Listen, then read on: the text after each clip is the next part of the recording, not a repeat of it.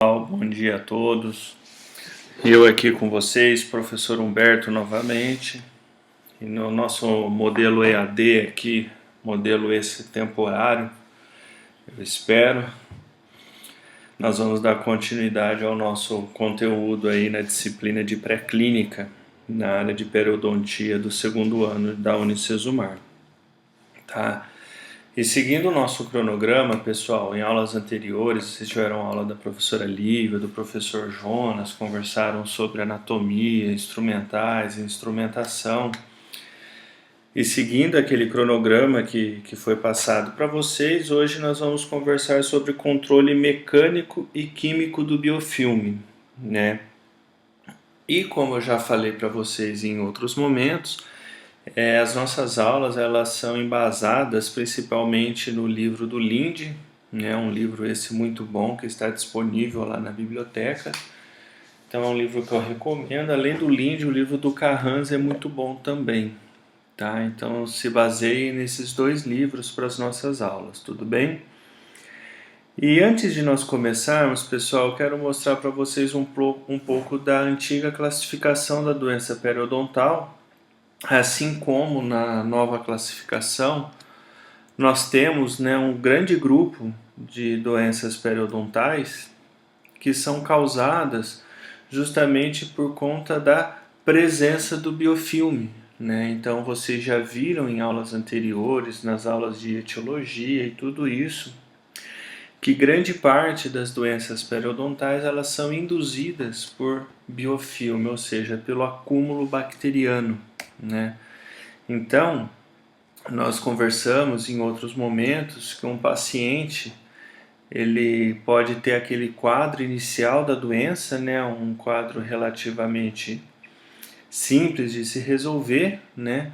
Onde a gente observa aqui um acúmulo de biofilme, esse tipo de coisa, até que chegue em situações avançadas, né, como esse aqui que vocês estão vendo, né, essa situação que está presente ali no livro do Linde, esse caso clínico.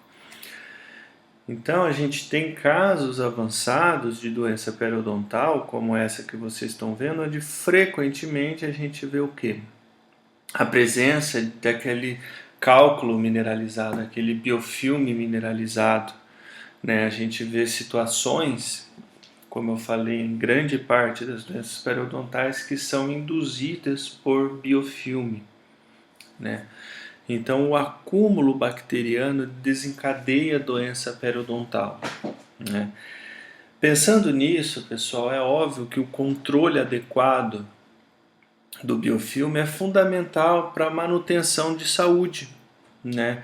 Então, quando a gente pensa em manutenção de saúde ou mesmo no restabelecimento da estabilidade periodontal, é fundamental que a gente tenha um controle adequado de higiene, tá? E pensando num controle adequado de higiene, obviamente nós temos que entender que o paciente tem a responsabilidade, obviamente, de higienizar muito bem em casa, aquela coisa toda, mas nós, como dentistas, também temos responsabilidades importantes nesse fluxograma, né? Então, o que cabe a nós, cirurgiões dentistas, pensando nesse controle rigoroso de biofilme? Cabe a nós informar o paciente, né, sobre a importância de uma correta escovação, sobre a importância da manutenção, né, da boca rígida ali para a manutenção de saúde. Cabe a nós motivarmos o paciente, né? Então, se aquele paciente ele não é um paciente motivado, é um paciente pouco colaborador, cabe a nós realizar essa motivação. Seja lá da maneira que você preferir, o importante é que o nosso paciente esteja motivado. Além disso, é fundamental que a gente muitas vezes modifique alguns hábitos dos pacientes. E quando eu digo motivar hábito, eu não quero me referir somente à orientação de higiene, à orientação de escovação adequada, né? Mas também à frequência da escovação, aos produtos que ele vai utilizar ou a correta escova. Então todas essas situações se enquadram nesse terceiro item. E obviamente cabe ao paciente, o paciente também tem responsabilidades, né? Então, ao paciente, cabe a ele realizar uma higiene oral em casa de maneira satisfatória, tal qual ele foi instruído, e além disso, realizar controles, retornos periódicos ao dentista. Então, não adianta nada o dentista tentar motivar o dentista a instruir se o paciente não colabora, se o paciente não higieniza em casa ou se o paciente não faz retornos periódicos, né? E quando a gente pensa nessa associação entre o dentista e o paciente, ou seja, entre as responsabilidades do dentista associados a essas responsabilidades dos pacientes, nós temos literatura que mostra justamente isso, que a associação dessas duas ela é benéfica, tanto para o paciente quanto para o profissional. Então, o que a literatura nos mostra? Que um alto padrão de higiene garante a estabilidade dos tecidos, isso já é claro, né? Então, a gente sabe, se a gente consegue controlar muito bem esse biofilme, a gente consegue a estabilidade dos tecidos periodontais. Além disso, medidas de higiene oral, elas são ineficazes quando utilizadas sozinhas no tratamento. Então, não basta somente a higiene, medidas de higiene, pensando no tratamento da doença periodontal. Além disso, o controle de placa ótimo, permanente, ou seja, aquele controle rigoroso, pode alterar a composição da microbiota da bolsa, né? E a remoção do biofilme é essencial para a saúde. E em longo prazo, o sucesso do tratamento de pacientes depende da manutenção dos níveis de placa compatíveis com saúde. Então, com base nisso tudo que eu falei nessa breve introdução, eu quero dizer basicamente o quê? Que o controle do biofilme dentário, o controle de baixos níveis, a estabilidade de baixos níveis de biofilme é fundamental para o restabelecimento de saúde. Então, o ideal é que a gente tenha níveis de placa de biofilme baixos, compatível com saúde. E para nós controlarmos esse biofilme, nós temos basicamente duas maneiras diferentes. Ou a gente pode controlar através do controle mecânico, né? Então através de instrumentos que façam a remoção mecânica, ou através do controle químico, né? Onde a gente utiliza produtos para tentar controlar essa quantidade de biofilme. Então, em um primeiro momento da aula, nós vamos conversar sobre o controle mecânico e na segunda parte nós vamos conversar sobre o controle químico do biofilme. Tudo bem? Então, quando a gente pensa em controle mecânico, pessoal, a gente pensa basicamente nesses 6 dispositivos que vocês estão vendo aqui. A gente pensa em escovas, em raspadores de língua, em escovas elétricas, em dispositivos de limpeza e de higiene interproximal. Tá? Então vamos falar um pouquinho do histórico, né? Então o primeiro dispositivo que se tem documentado aí é esse dispositivo aqui de limpeza dentária que data lá do Egito, há 5.000 anos atrás. E aí no século XV, pelos de porco eram amarrados em varinhas de bambu ou pedaços de osso, né? E através desse pelo de porco aqui se realizava a higienização, né? Olha lá como era bem rudimentar. E aí somente depois empresas desenvolveram escovas específicas com pelos de javali, com crina de cavalo, né? Então tem toda uma evolução desse dispositivo de higiene mecânica. E um dado interessante, pessoal, que essas escovas elas eram caras, né? Então não era de fácil acesso para grande parte da população. Então era frequente, era comum nós termos essa escova na alta nobreza, né? E somente anos mais tarde que essas escovas foram feitas em larga escala, né? E a maior parte da população pôde ter acesso, né? Aqui mostrando novamente esse dispositivo, pessoal, muito comum em cultura muçulmana, né, para higiene. Aí vocês podem pensar assim, nossa, mas esse dispositivo ainda tem no mercado? Ainda tem, pessoal. Se vocês olharem aqui essa foto de um colega me encaminhou num supermercado, essa foto data de 2 anos atrás, num supermercado na Europa, onde a gente encontra esse dispositivo ainda à venda. Então olha lá, ele é basicamente um pedacinho de madeira e você vai cortando como se fosse um apontador, né? E com isso você vai expondo essas cerdas e com isso você vai realizando a escovação dos dentes. Então é muito comum, né? Então nós temos desde dispositivos muito antigos, que mesmo apesar de serem dispositivos antigos, tem ainda na idade moderna, né, dispositivos parecidos com aqueles que a gente encontrava antigamente, associados a escovas novas, escovas modernas. Então esse foi um breve histórico, né, de todos esses dispositivos que hoje vocês têm aqui e conhecem melhor. Então vou falar um pouco de cada um deles, pessoal. Vamos dar início falando das escovas dentais, né? Talvez o item mais comum, né, que todos devem ter nas suas casas, aí uma escova de dente.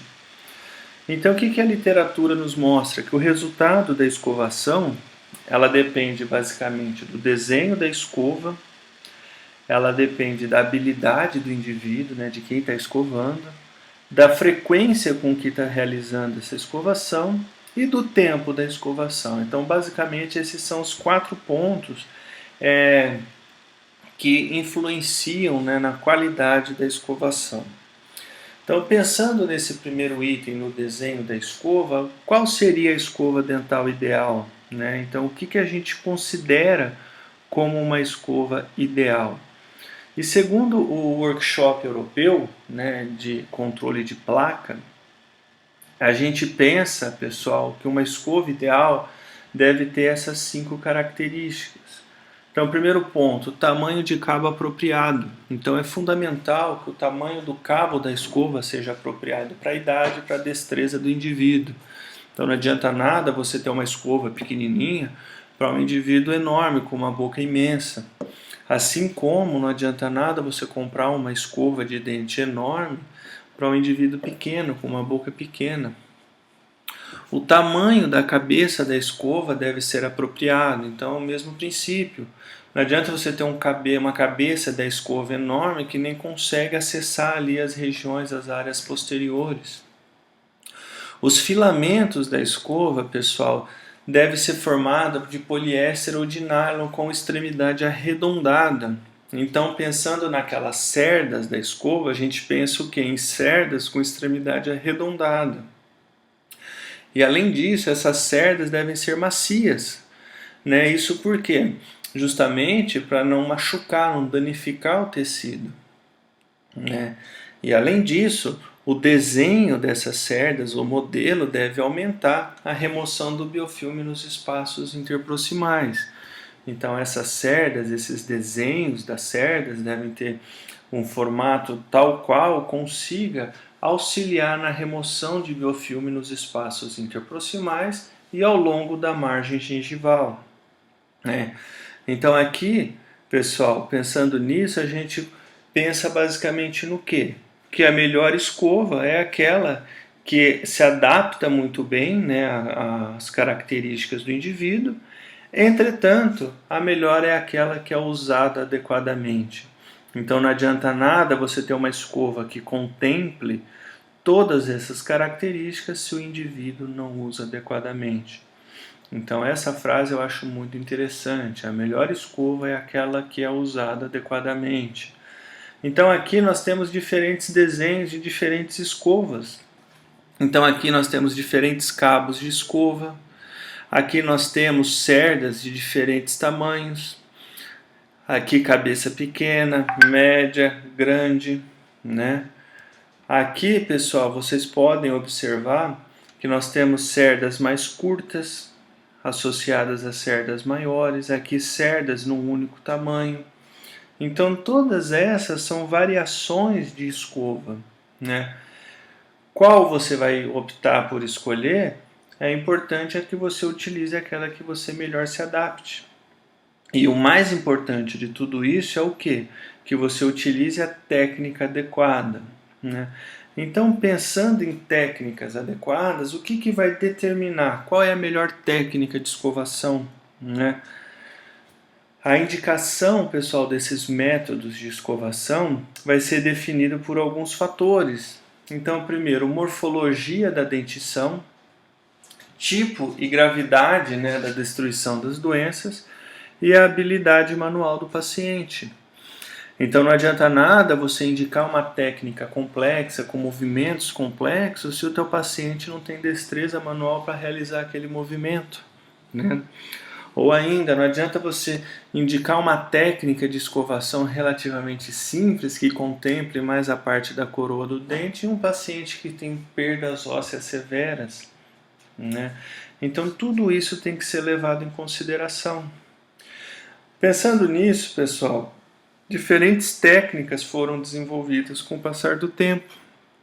Eu vou falar para vocês basicamente de 8 técnicas diferentes que foram desenvolvidas e têm sido frequentemente passadas para os pacientes. São elas a escovação horizontal, a escovação vertical, a circular, a escovação sucular, a técnica de base modificada, técnica vibratória, técnica de estilma modificado e técnica vibratória. Nós vamos conversar um pouco sobre cada uma delas. Mas o que é importante vocês entenderem, pessoal? Nós temos aqui 8 técnicas que eu vou mostrar para vocês. Qual é a melhor, né? A melhor técnica, pessoal, é aquela que consegue remover a placa de maneira satisfatória. Então, se o seu paciente com a técnica horizontal ele consegue remover bem, excelente. Se o seu paciente com a técnica vertical consegue controlar bem, excelente. Se ele consegue remover bem através da técnica sucular, não tem problema algum também, tá? Então não existe a técnica ideal, uma receita de bolo. A gente pensa que a melhor técnica é aquela que permite, né, a completa remoção de placa, tá certo? Então vamos lá, pessoal, vamos conversar primeiro sobre a escovação horizontal. A escovação horizontal, tal qual vocês estão vendo na imagem aí, esse movimento da escova, é a técnica mais simples, é aquela que mais comumente é utilizada. Então, a cabeça da escova ela é posicionada perpendicularmente à superfície do dente e faz esse movimento horizontal. É uma técnica simples e frequentemente utilizada. Quando a gente pensa na técnica vertical, o movimento ele se dá no sentido oposto, né? Então, ao invés da escova realizar movimentos horizontais, a cabeça da escova também continua perpendicular, entretanto, os movimentos são feitos no sentido vertical. A terceira técnica, pessoal, é a técnica de fones, a técnica circular, né? Aquela técnica da bolinha que frequentemente é prescrita e indicada para crianças, principalmente. Muitos devem seguir essa técnica até hoje. Então, são realizados movimentos rápidos e circulares, né? Lá dos dentes de cima até os dentes embaixo. Então, são movimentos circulares da gengiva da maxila até a gengiva da mandíbula. Tá? Aqui nessa imagem vocês podem observar basicamente como é feito esse movimento. Observem que a escova percorre, né, a gengiva da maxila até a gengiva da mandíbula, realizando movimentos circulares. Tá certo? O quarto tipo de escovação, pessoal, é a técnica da escovação sucular, né, que a técnica é proposta por Bass. Então, nessa técnica, o que é indicado? Que a cerda da escova penetre na região do sulco, né? Então, ou seja, ela vai penetrar entre o dente e a gengiva, tal qual vocês estão vendo na imagem aqui, né? Então, nesse caso, a escova ela é posicionada em uma direção oblíqua, num ângulo próximo de 45 graus. Feito isso, realiza esse movimento antero-posterior. Então, a escova vai de frente para trás, sem tirar a cerda da região do sulco, tá? Essa técnica, pessoal, é muito utilizada, né? Utilizada com uma certa frequência, né? E, entretanto, ela deve ser feita de maneira adequada. Então, como vocês estão vendo aqui, a técnica não é tão simples assim, né? Então, se você aumentar muito o ângulo, você vai estar direcionando a cerda da escova para a gengiva e não na região do sulco, né? Então, novamente, o adequado é que a cerda entre o sulco. Então, parte da cerda da escova vai estar em contato com a gengiva, parte com a superfície do dente e parte na região do sulco, tal qual vocês estão vendo na imagem. A quinta técnica, pessoal, é a chamada técnica de Bas modificado. Então, ela é muito parecida com a técnica anterior, a técnica sulcular, onde a escova é posicionada no sulco.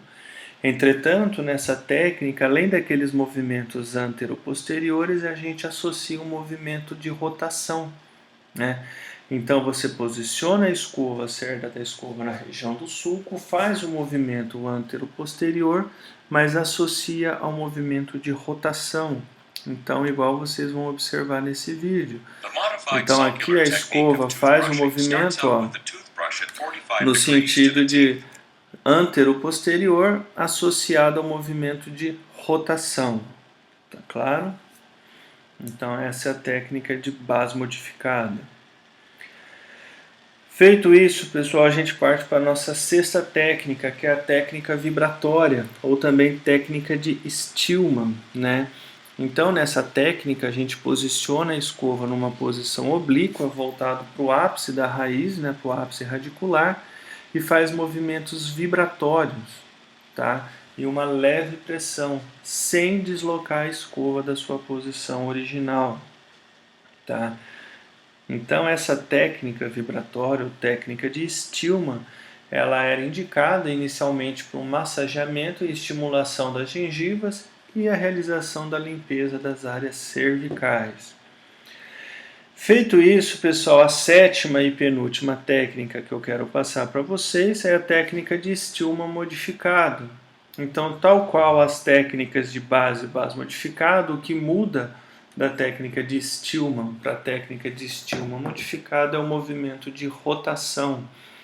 Então, posiciona-se as cerdas da escova na região, faz esse movimento de vibração e após isso associa o movimento de rotação. Tá? Então, aqui vocês podem observar o posicionamento da cerda da escova associado ao movimento de rotação. E por fim, pessoal, a última técnica aqui, a chamada técnica de Carters, é aquela técnica onde a gente faz a utilização de movimentos vibratórios.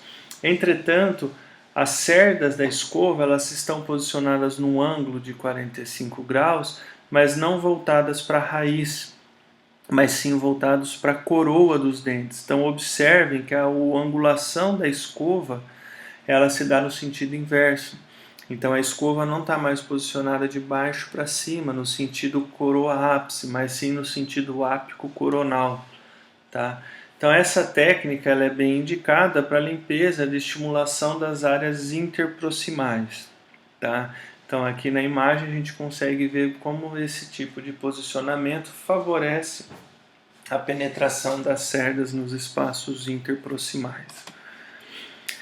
Feito isso, pessoal, a gente tem um movimento de famoso trenzinho, vai e vem da superfície oclusal. Né? Então, os trabalhos mostram que o movimento de vai e vem, aquele simples movimento de vai e vem, ele é satisfatório para a limpeza da superfície oclusal. Ficou claro? Então, pessoal, com base nisso tudo, eu quero deixar também uma outra frase interessante para vocês, pensando no movimento, né, da escovação, que os pesquisadores têm compreendido que a melhora na higiene oral não depende tanto do desenvolvimento de melhores métodos, quanto da melhora do desempenho em usar qualquer método de escovação. Isso quer dizer o quê? É muito mais importante a colaboração, o desempenho do paciente, do que o desenvolvimento de métodos ou de técnicas diferentes. Ou seja, o desempenho do paciente é o mais importante. E com que frequência a gente deve realizar a escovação e quanto tempo deve durar, né? Então, de maneira ideal, a gente deve realizar a escovação 2 vezes ao dia, né? E essa duração, o tempo médio né, que seja suficiente para limpar toda a superfície do dente. Segundo os trabalhos, deve ser em torno de 2 minutos, tá? Uma outra dúvida frequente, pessoal: e com que frequência eu devo trocar minha escova? Né? Não adianta nada você ter uma técnica satisfatória, realizar movimentos adequados com a sua escova, se você não consegue ter um instrumental adequado, se a sua escova está gasta, está ruim. Então, qual é a vida útil da escova de dente? Né? Isso vai ser influenciado pela técnica que você usa, pela força que você aplica, pela frequência, né, com que você escova os dentes e, obviamente, pela marca e o material da escova, né?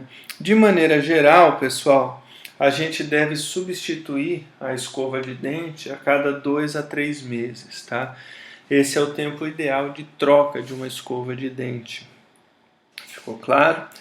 E as escovas elétricas, para que elas são indicadas? Ela é boa, né? Então, o que é um ponto interessante, pessoal? A primeira coisa que vocês têm que ter em mente: escova elétrica funciona. A escova elétrica é muito boa. Tem boas indicações? Tem excelentes. Para pacientes pouco orientados, pacientes pouco motivados, aqueles pacientes com pouca habilidade manual que não conseguem fazer o movimento adequado da escova, ou ainda qualquer tipo de paciente com deficiência física ou mental, né? E o que os trabalhos mostram em relação à qualidade, né, o controle de biofilme com escova elétrica? De maneira geral, eles mostram que elas são mais efetivas no controle supra e subgengival, muitas vezes. Além disso, trabalhos mostram que ela consegue remover placa em menor tempo, né? Então, quando a gente compara a escova elétrica com a escova convencional, muitas vezes a gente consegue remover quantidade igual de placa em um menor tempo. Além disso, pessoal, além de nós termos escovas elétricas, nós temos alguns dispositivos auxiliares que possibilitam essa higienização, essa remoção mecânica. Então aqui nós temos, por exemplo, a dedeira, né, muito utilizada para escovar os dentinhos de bebês, o Waterpik, aquele aparelho que você tem um reservatório de água e joga água sob pressão. Eles podem ser utilizados? Sim, tem suas indicações. O Waterpik é muito indicado principalmente para pacientes que fazem uso de aparelhos, né, ou ainda que faz uso de prótese do tipo protocolo, né? Lembrando que esses aparelhos eles são auxiliares, não substituem a escovação convencional. Então aqui um videozinho do aparelhinho sendo aplicado em um paciente que faz uso de aparelho ortodôntico. Então o Waterpik, como eu conversei com vocês, ele tem um jato de água sob pressãozinho e com isso faz com que consiga remover o biofilme, tá? Feito isso, pessoal, nós terminamos essa parte da escova e a gente parte para um segundo grupo, que são aqueles dispositivos de escovação na região interproximal ou na região interdental, né? Então, uma vez que a gente consegue controlar bem a higienização dos dentes, nas faces livres ali, a região interdental ela é uma região considerada de difícil acesso, né? É onde acumula inicialmente mais prevalente o biofilme. E o fio dental ainda hoje é o método mais utilizado. Mas o que vai depender? Qual o dispositivo que eu vou utilizar? Será que é sempre o fio dental que é bem indicado?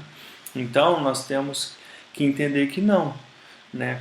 Qual o dispositivo de limpeza interdental que a gente vai utilizar vai depender do contorno e da consistência do tecido gengival, da posição e do alinhamento dentário, do tamanho desse espaço interproximal, da morfologia da superfície proximal dos dentes e da habilidade do paciente. Então o fio dental ele é bem indicado quando a papila interdental preenche completamente o espaço interproximal. Então ele remove mais de 80% da placa proximal, né? Conseguindo atingir ainda a placa subgengival. E a gente pode, entretanto, considerar que o uso do fio dental não é tão simples, né? O uso do fio dental ele é relativamente difícil de se executar e demorado, né? Então a gente tem que passar ele em toda a região de todos os dentes, né? Então, como vocês podem observar, o fio dental está indicado novamente quando a papila interproximal preenche todo esse espaço, tá certo? Além disso, pessoal, nós temos alguns dispositivos para tentar facilitar, né? Aqueles dispositivos onde você amarra e fica o suporte aqui. Isso facilita muitas vezes o movimento, principalmente para aqueles pacientes que têm algum tipo de limitação, né? E eu não preciso comentar, muitos de vocês usaram aparelhos ortodônticos, né, e sabem que para quem faz uso do aparelho, o fio dental é bem mais complicado, onde a gente tem que lançar mão de dispositivos auxiliares, né, como por exemplo aqui aquele passa-fio, né, que é indicado para pacientes que fazem uso de aparelhos ou ainda pacientes que fazem uso de prótese fixa, tá? Visto o fio dental, pessoal, a gente parte para o segundo dispositivo de limpeza interproximal, que são as escovas interproximais. Então, como o fio dental está bem indicado quando a papila interdental preenche todo o espaço, a escova interproximal se vê indicada naqueles espaços amplos, né? Então, quando o espaço interdental é amplo, ou seja, a papila não preenche completamente o espaço. Além disso, em superfícies côncavas e sulcos, áreas de apinhamento, defeitos de bifurcação, né? Algumas dessas escovas ainda podem servir como transporte de agentes antimicrobianos e flúor, né? E ela é relativamente fácil de se utilizar. Então, quando a gente compara com o fio dental, ela é mais simples. Entretanto, o que vocês têm que ter em mente? Que podem ser utilizadas diferentes escovas para diferentes espaços. Então, naqueles espaços pequenos eu posso utilizar uma escova e para os espaços maiores eu utilizar outro tipo. Então, aqui nessa imagem a gente pode observar justamente isso, ó, um espaço relativamente pequeno, como essa imagem que vocês estão vendo ao centro, com uma escova menor. Um espaço maior com uma escova maior. Então, todas essas são indicações para escovas interproximais, tá certo? Então, aqui algumas imagens, algumas marcas, a Colgate, HB, Curaprox, todas essas marcas disponibilizam esse tipo de escova, tá? Então, olha aqui, nessa imagem a gente consegue observar interessante, aqui do lado direito, vocês estão vendo um espaço interproximal com uma região côncava, igual vocês estão vendo aqui no centro e aqui no canto.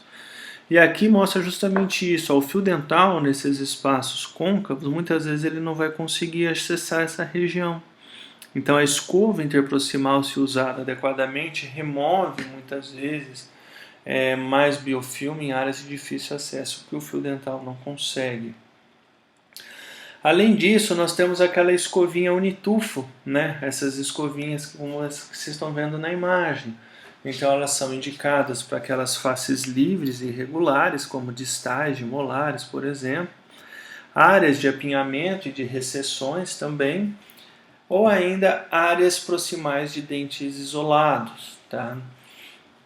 Então aqui tem algum videozinho com algumas imagens, né, de como deve ser feita a limpeza interproximal. Então, após realizar a escovação, é importante que vocês façam a limpeza interproximal ou mesmo antes. Isso depende muito de cada pessoa. De maneira geral, o mais indicado é passar antes o fio dental e depois realizar a escovação, tá? Então, olhem lá o fio dental acessando aquelas regiões onde a papila preenche o espaço, né? Observem que ele limpa muito bem essas regiões. Entretanto, muitas vezes nós temos aquelas regiões onde o fio dental não se vê indicado, né? Então, regiões, por exemplo, que a papila não preenche, como essa daqui. Então, nesse caso, a gente pode lançar mão de escovinhas interproximais, tá? Feito isso, pessoal, a gente parte para o último item da nossa remoção mecânica aqui, né, que são os raspadores de língua, né? A língua, como vocês sabem, ela serve como um reservatório. Então, na língua acumula muitas vezes bactérias e resíduos, né? Então é fundamental que você utilize dispositivos. Pode ser a minha própria escova de dente convencional? Pode, pessoal, não tem problema. Entretanto, esses dispositivos auxiliares facilitam e muito a nossa remoção, tá certo? E pensando ainda em remoção mecânica do biofilme, a gente parte para os efeitos indesejáveis. Então, quais são os principais efeitos indesejáveis? Lesões em tecidos moles por conta de trauma, né? Olha lá, recessões, ó, lesões em tecido mole.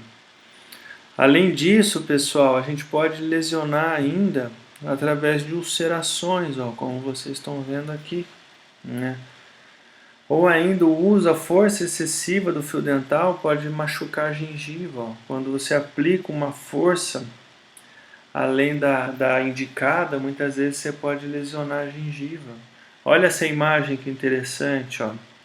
Na face lingual desse dente, dessa prótese sobre implante, observem que eu tenho uma região, marcação aqui na gengiva e uma região sangrante. Aí quando a gente pede para o paciente passar o fio, ó, era bem característico que de um trauma excessivo, né? Entretanto, essas lesões podem ser ainda em tecidos duros. Então olhem lá, né? Lesões aqui no dente, ó, utilização de palitos de dente, olha o tipo de desgaste que a gente pode ter, né? Então nós temos que tomar muito cuidado em relação a isso, tá? Tudo bem, pessoal, em relação ao controle mecânico. Visto o controle mecânico, a gente passa para a segunda etapa, o que a gente chama de controle químico do biofilme, né? E quando a gente pensa em controle químico, a gente pensa basicamente em dois grupos, né? Os dentifrícios, as pastas de dente e os enxaguatórios, né? Basicamente esses são os dois grandes grupos. E aqui, pessoal, eu quero só fazer um breve histórico, né?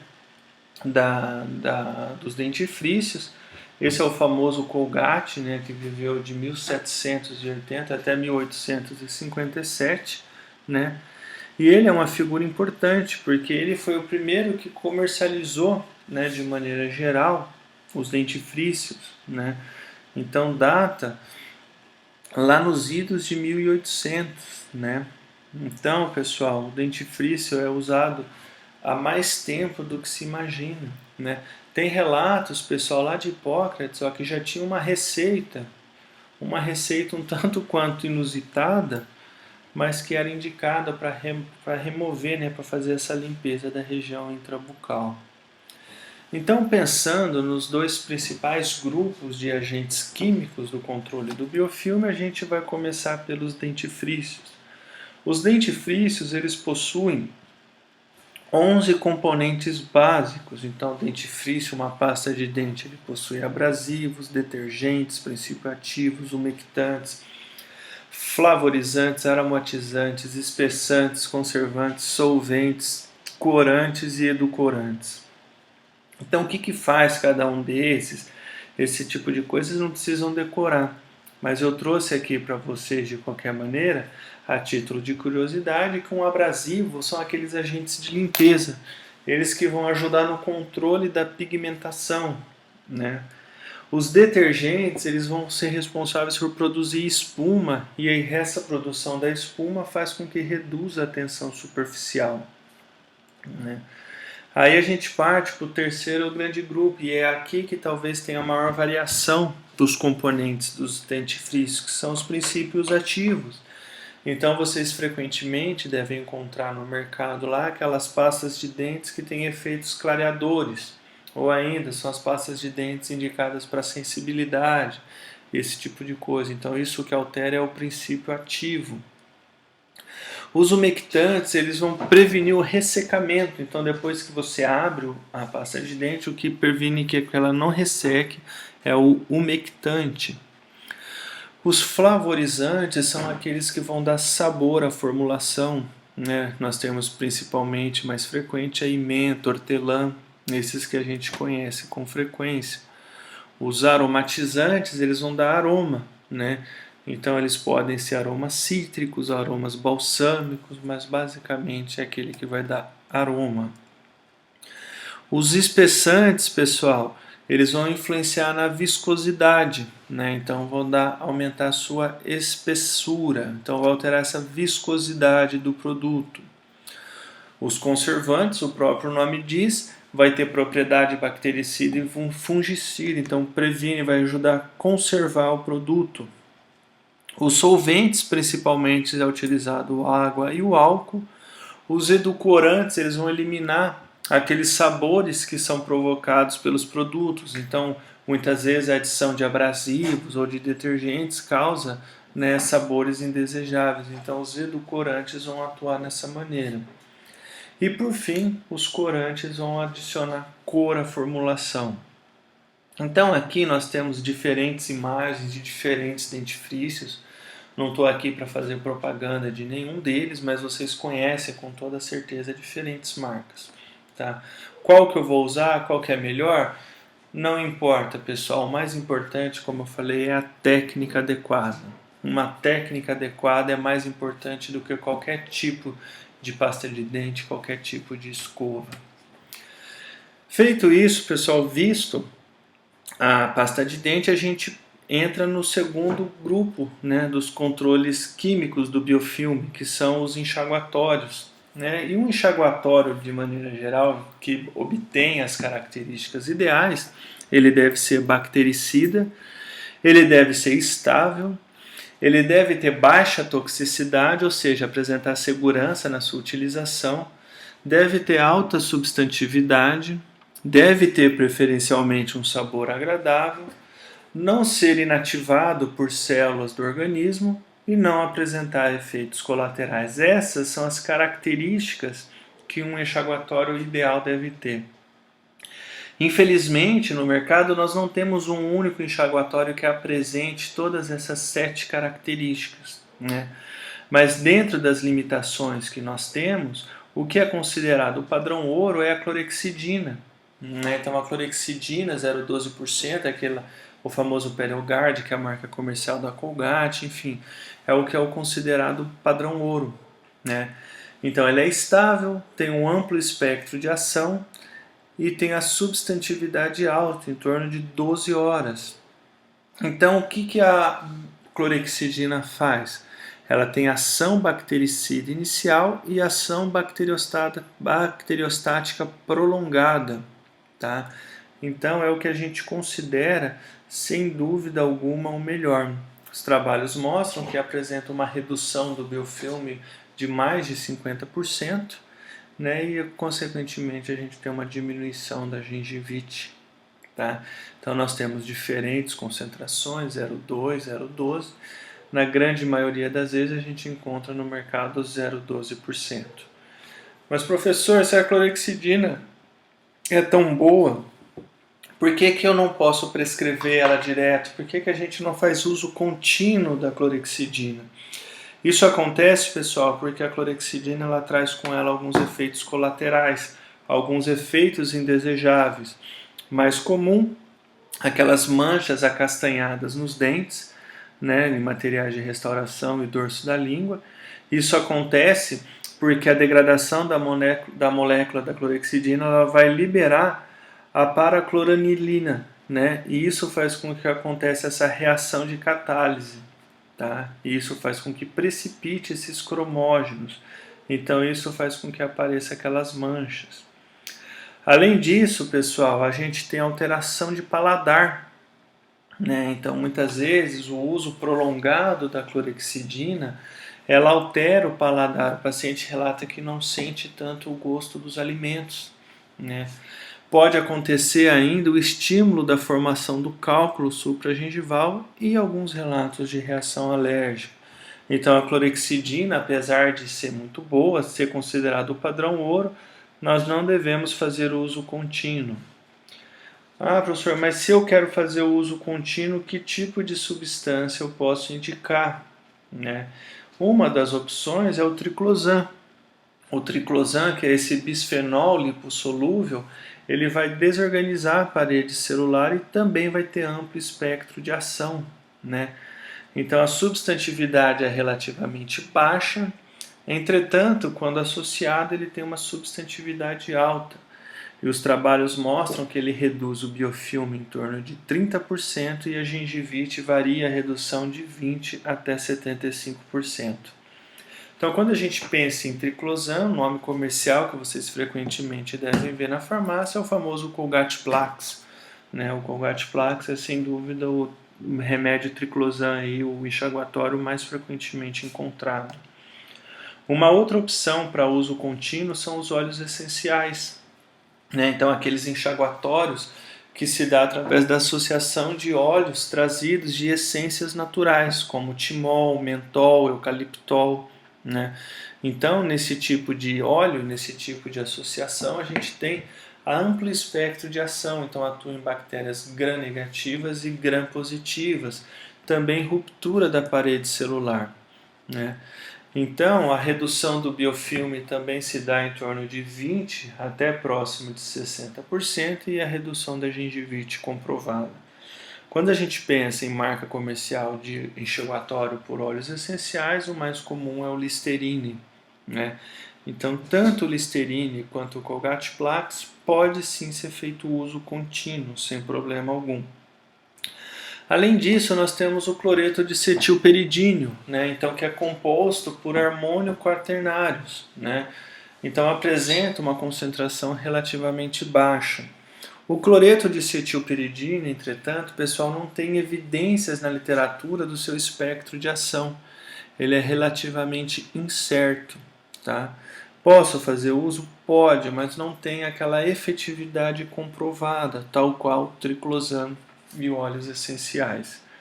O principal exemplo do cloreto de cetilperidínio é o Cepacol. Né? Frequentemente vocês devem conhecer o Cepacol.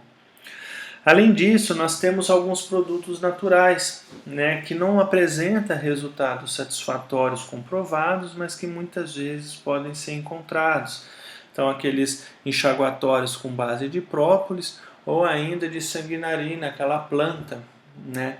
Entretanto, algumas essas de sanguinarina apresentou aumento de 10 vezes na probabilidade de lesões pré-cancerígenas. Então, pessoal, como considerações finais, eu trago que o biofilme é o fator etiológico primordial para o desenvolvimento das doenças, como vocês bem sabem, e o controle dele é, portanto, a chave para a prevenção. Né? E quando a gente pensa na chave de prevenção, a gente pensa que o indivíduo está na base disso tudo. Então, que a melhor escova para o nosso indivíduo é aquela que é usada adequadamente.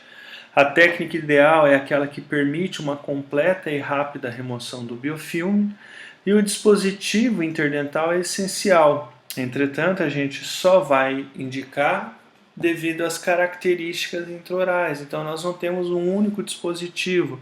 Então, nós temos que analisar as características do paciente para saber se eu vou indicar o fio dental, escova interproximal, escova unitufo. Além disso, o controle químico, como a gente conversou, ele não substitui o controle mecânico, ele atua de maneira auxiliar. Os dentifrícios possuem diferentes funções. E quando a gente pensa em enxaguatório, a gente sabe que a clorexidina é considerado o padrão ouro. Entretanto, a gente não pode fazer o uso diário. Né? E o triclosan, né, o Colgate Plax, ele é indicado para utilização diária, ou o triclosan ou os enxaguatórios de óleos essenciais. Tá claro? Então é isso aí, pessoal. Um abraço a todos e até a próxima.